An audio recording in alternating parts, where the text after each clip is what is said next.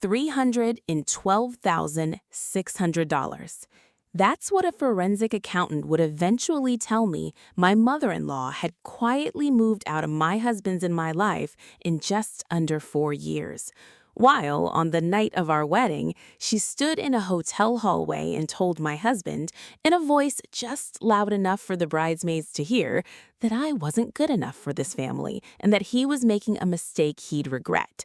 He didn't leave me that night. He married me anyway, and 2 days later, without either of us fully realizing it, his mother began building the machinery that would let her drain our finances for the next 4 years, because she'd learned something important that night.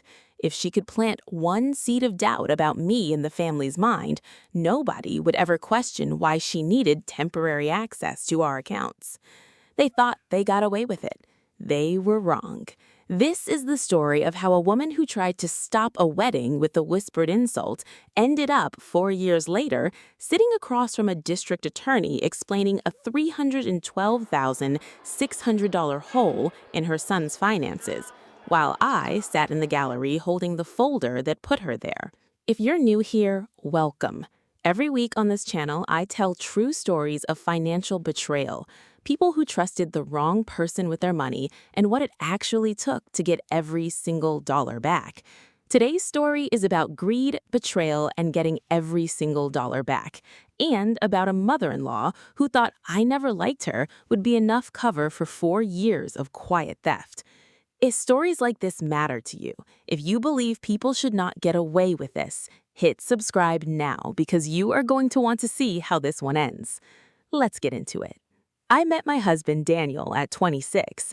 He was steady, funny, the kind of person who remembered how you took your coffee after one conversation. What I didn't fully understand yet, because you rarely do in the early years of dating someone, was the specific gravitational pull his mother Sandra had over every financial decision in his life. Daniel's father had passed when Daniel was in college, leaving a modest estate and, more importantly, a family construction business, Halloran Builders, that Daniel had inherited a 40% stake in at 22, with Sandra holding the remaining 60% and serving as managing partner.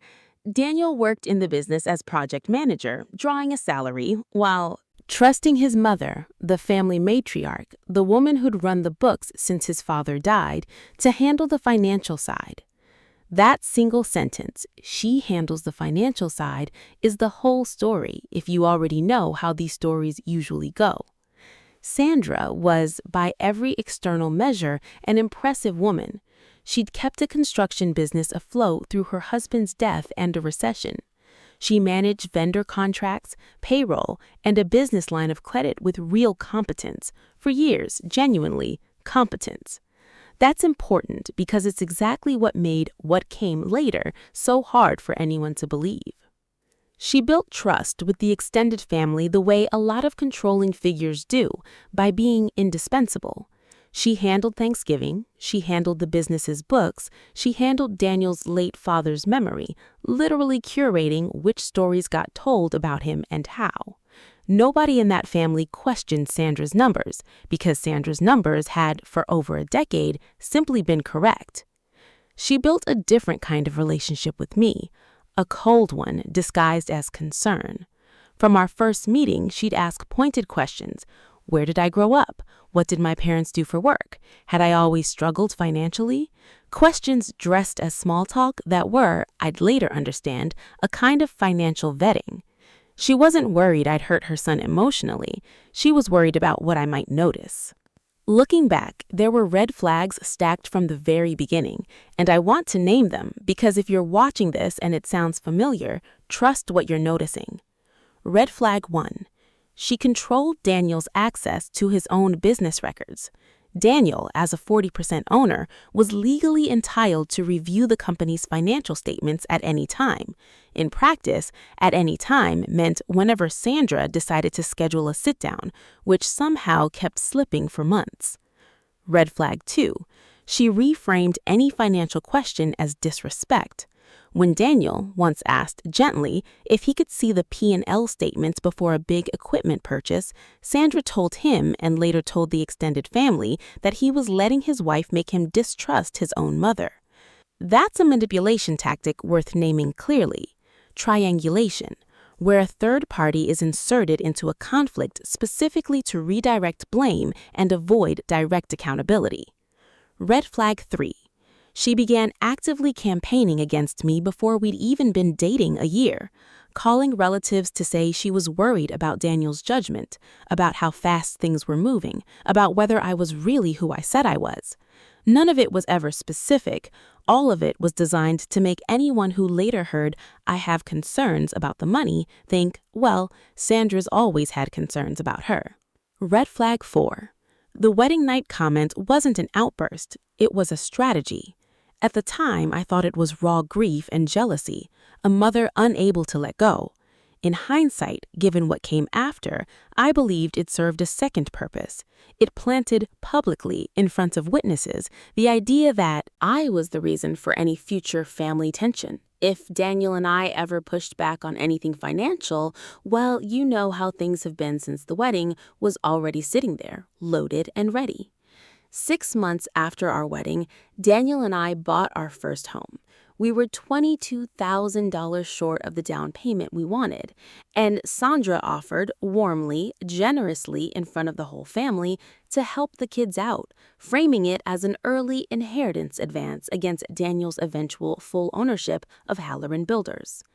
What we signed at her request at her kitchen table without our own attorney present was not a simple gift letter. It was a promissory note structured so that the $22,000 loan was secured against Daniel's ownership stake in the business itself. Meaning, buried in language neither of us fully understood at the time, Sandra now had a documented financial claim against Daniel's 40% of the company, collectible on terms she alone had drafted. That one document signed at a kitchen table over what looked like a generous gesture became the legal foothold for everything that followed. Over the next 3 years, Daniel's salary from Halloran Builders, a company he owned nearly half of, stayed strangely flat, even as the business, by every outward sign, was thriving. New trucks in the lot, a larger office lease, Sandra's own home getting a $90,000 addition. Meanwhile, our joint household budget was tight enough that we delayed having a second child we'd planned for. When Daniel asked about a raise or a distribution, since as a 40% owner he was entitled to proportional profit distributions under the company's own operating agreement, Sandra's answer was consistent. The business needs to reinvest right now. We're not in a distribution year. 4 years running, apparently, was not a distribution year. The discovery came almost by accident. In the 4th year, Halloran Builders needed a new commercial line of credit for an expanding contract, and the bank, as part of standard underwriting, required both listed owners, Daniel and Sandra, to submit personal financial disclosures.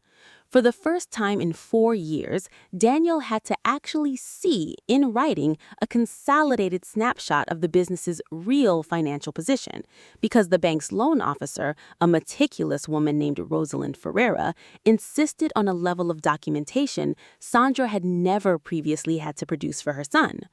Rosalind flagged something odd before Daniel even fully understood what he was looking at: a recurring monthly transfer, categorized in the business books simply as owner draw SH, that had grown from roughly $2,000 a month in year 1 to nearly $9,000 a month by year 4, while Daniel's own owner draws, the ones he was equally entitled to, had stayed at 0. Daniel called me from the parking lot of the bank. I still remember exactly what he said. "I think my mother's been paying herself and not me," for years. We didn't know the full number yet. That would take months. But the initial estimate Rosalind's underwriting review surfaced, comparing disclosed owner draws against what the operating agreement entitled each owner to, suggested a gap, just in disproportionate draws, of roughly $180,000 over 4 years.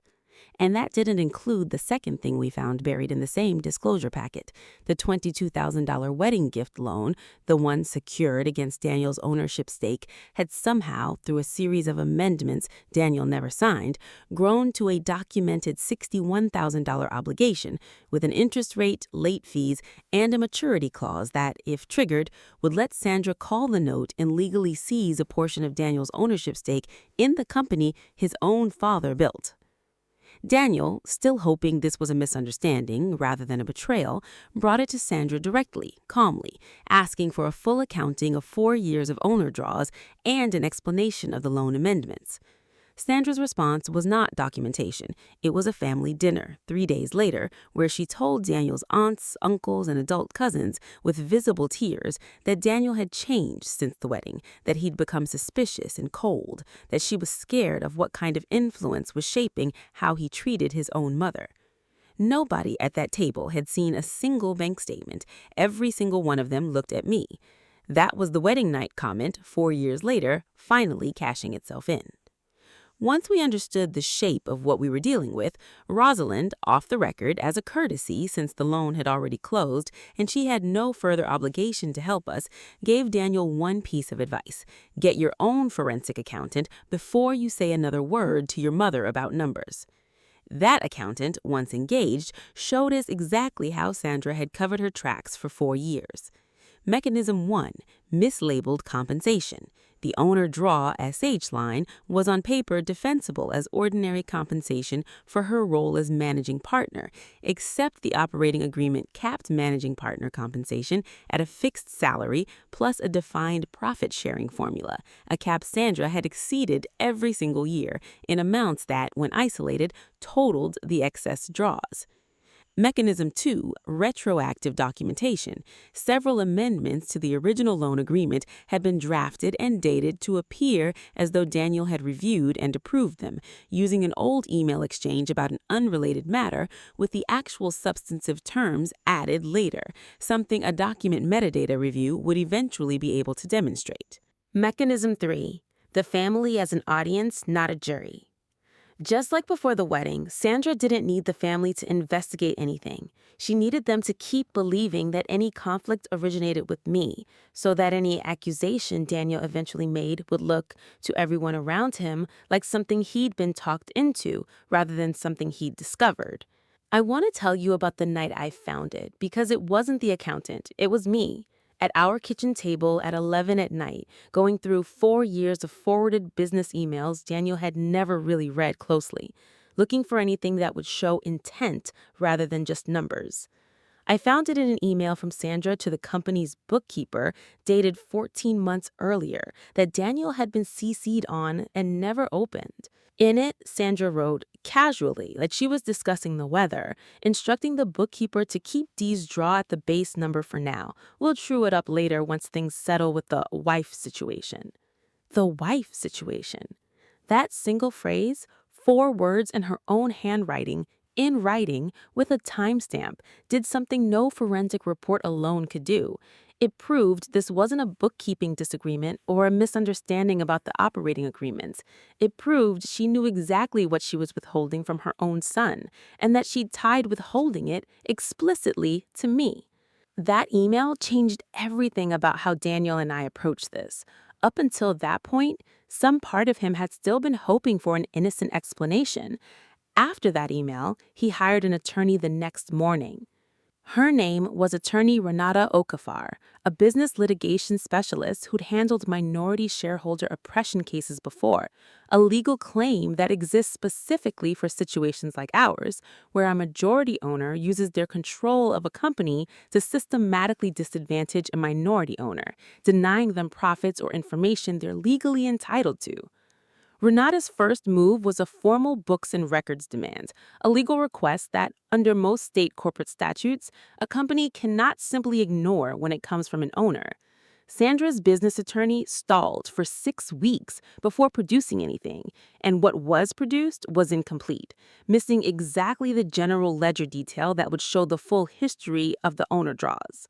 Renata escalated to formal litigation discovery, which meant subpoena power.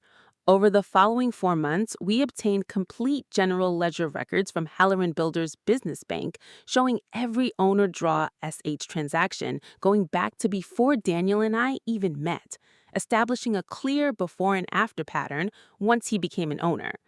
We obtained metadata on the loan amendment documents, confirming through the document management software's own audit trail that 2 of the 3 amendments had been created and backdated 11 months after their stated execution date. And we obtained text messages between Sandra and her sister, who, once she understood what was actually happening, voluntarily turned them over, in which Sandra referred to keeping Dee dependent a little longer and joked about how the wedding thing had bought her more time than she expected with the rest of the family. That last piece of evidence is the one that still makes my stomach turn. The wedding night humiliation hadn't just been an emotional outburst she regretted. According to her own words, in her own handwriting, it had been useful to her. It had bought her time. Our forensic accountant, Gregory Abioe, reconstructed the complete financial picture across 4 years. Excess owner draws beyond what the operating agreement permitted, totaling $198,400. The inflated and improperly amended loan, which with fabricated interest and fees came to a documented but fraudulent $61,000 claim against Daniel's ownership stake, and a pattern of vendor overpayments to a landscaping company that, further digging revealed, was owned by Sandra's brother-in-law, totaling an additional $53,200 in what looked like a kickback arrangement. Grand total, $312,600. There were 2 moments this almost fell apart. Near miss 1, 3 weeks into formal discovery, Sandra attempted to trigger the maturity clause on the fraudulent $61,000 loan, sending formal notice demanding immediate repayment or the surrender of a proportional slice of Daniel's ownership stake, timed, we believe, specifically to happen before the fraudulent amendments could be fully proven in court. Renata filed for an emergency temporary restraining order, arguing the note itself was likely the product of fraud and shouldn't be enforceable while that question was pending. The court agreed, freezing any attempt to collect on the note. Near miss 2, Sandra proposed, through her attorney, to simply buy out Daniel's ownership stake entirely at a valuation her own accountant had prepared. A valuation that, when Gregory reviewed it, undervalued the business by an estimated $400,000, meaning the buyout offer would have let her walk away not just clean of the fraud, but ahead, permanently removing Daniel from any future claim on the company his father built. We said no. Daniel wanted his ownership stake protected, not cashed out at a discount by the person who'd been stealing from him. Given the evidence of backdated documents and the vendor kickback pattern, Renata advised filing a report with the County District Attorney's Economic Crimes Division, alongside the civil shareholder oppression and fraud claims. Case number 2023 CV 11287 for the civil shareholder oppression and fraud claims. Case number 2023 CR 06094 for the criminal referral. Once the civil suit was filed, public record, the story stopped being something Sandra could manage with a well-timed dinner. Daniel's aunt, the one who'd handed over the texts, told the rest of the family what she'd read in Sandra's own words, keeping Dee dependent a little longer. For 4 years, that family had watched Daniel and me from a slight distance, quietly absorbing the idea that whatever tension existed started with me. It took one aunt, one screenshot, and one afternoon for that entire framing to collapse. Daniel's cousin Marissa, who'd been polite but cool toward me since the wedding, called me directly for the first time in 4 years. She didn't apologize with a lot of words. She just said, I should have asked more questions a long time ago. I told her the case numbers were public if she wanted to see for herself. She did. Faced with the ledger evidence, the document metadata proving backdating, and the wife's situation and keeping deed-dependent written records, Sandra's criminal defense attorney negotiated a plea on the forgery and fraud counts tied to the loan amendments, resulting in felony convictions with a probationary sentence and mandated restitution given her age and lack of prior criminal record. The civil case resulted in a judgment awarding Daniel $312,600 in direct damages, voiding the fraudulent $61,000 note entirely, and, critically, a court-ordered restructuring of Halloran Builders' governance, stripping Sandra of unilateral financial control and instituting mandatory quarterly financial disclosures to all owners, reviewed by an independent accountant. Collection took time, the way it always does.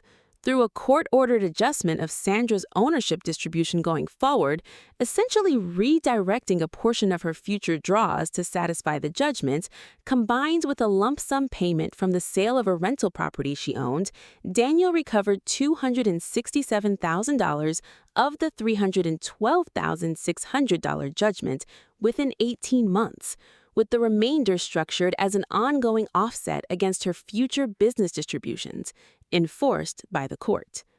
We didn't post about it. We didn't need to.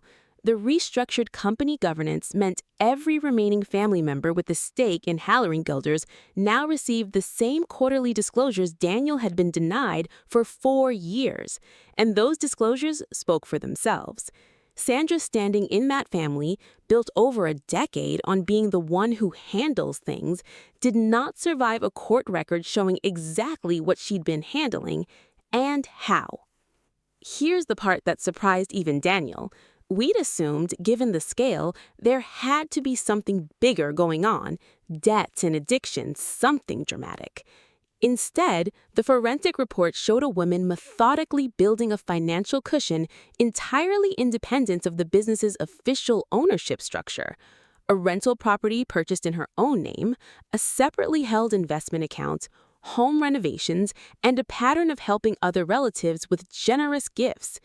Gifts that, we now understood, were partly funded by money that legally belonged to her own son. She wasn't running from anything. She was quietly building a version of the family's wealth where she remained permanently, unquestionably in charge. Control, and where Daniel's marriage, the one thing she couldn't control, became the excuse she used to justify keeping him financially dependent for as long as possible. The wedding night insult wasn't really about me. It was the first move in making sure Daniel never had a reason or the confidence to ask his mother a hard financial question. Daniel and I have full, verified visibility into Halloran Builders' finances now, protected by the same court order that ended Sandra's unilateral control. We used part of the recovered funds to finally have the child's weeds delayed for years. We hold our own home, our own accounts, and our own legal counsel independent of any family relationship, permanently. Sandra still owns her 60% of the business. She and Daniel speak rarely and only about company matters, and always with Renata and the court-mandated disclosures as the backdrop now. Not trust, but verification. If there's one thing I want you to take from this video, it's this. Financial abuse inside families doesn't always look like theft in the traditional sense. Sometimes it looks like control disguised as help, a loan with terms you never fully understood, a company you technically own but can't actually see the books of, a relative who seems to need everyone else in the family to be a little suspicious of you specifically so that nobody questions her. Here are the warning signs if any part of this story felt familiar. 1. Any gift or loan from a family member that comes with paperwork you signed without your own independent attorney present. If it's generous, it can survive a lawyer reading it first. 2. Being an owner or beneficiary of something, a business, a trust, an account, without actual regular access to the records you're legally entitled to see. 3. A pattern where financial questions get met not with documents, but with a story about your character, your marriage, or your judgment. 4. A family member who seems unusually invested in keeping other relatives slightly wary of you, for reasons that are never quite specific. 5. Major visible spending or asset building by the person controlling shared finances while your own share consistently stays thin, justified by the business needs it right now or some version of that sentence. If you're in a position like ours, get your own attorney before you sign anything involving family money, no matter how generous it looks in the moment. Request records in writing so there's a timestamp. And if you're ever told a shared asset isn't in a distribution year for the fourth year running, that's not a business decision. That's a pattern, and it deserves a forensic look, not your patience. Have you ever had a family member try to control your finances by controlling how the rest of the family saw you? Tell me what happened in the comments. I read every single one. If this story mattered to you, subscribe for next week's case, and I'll see you then.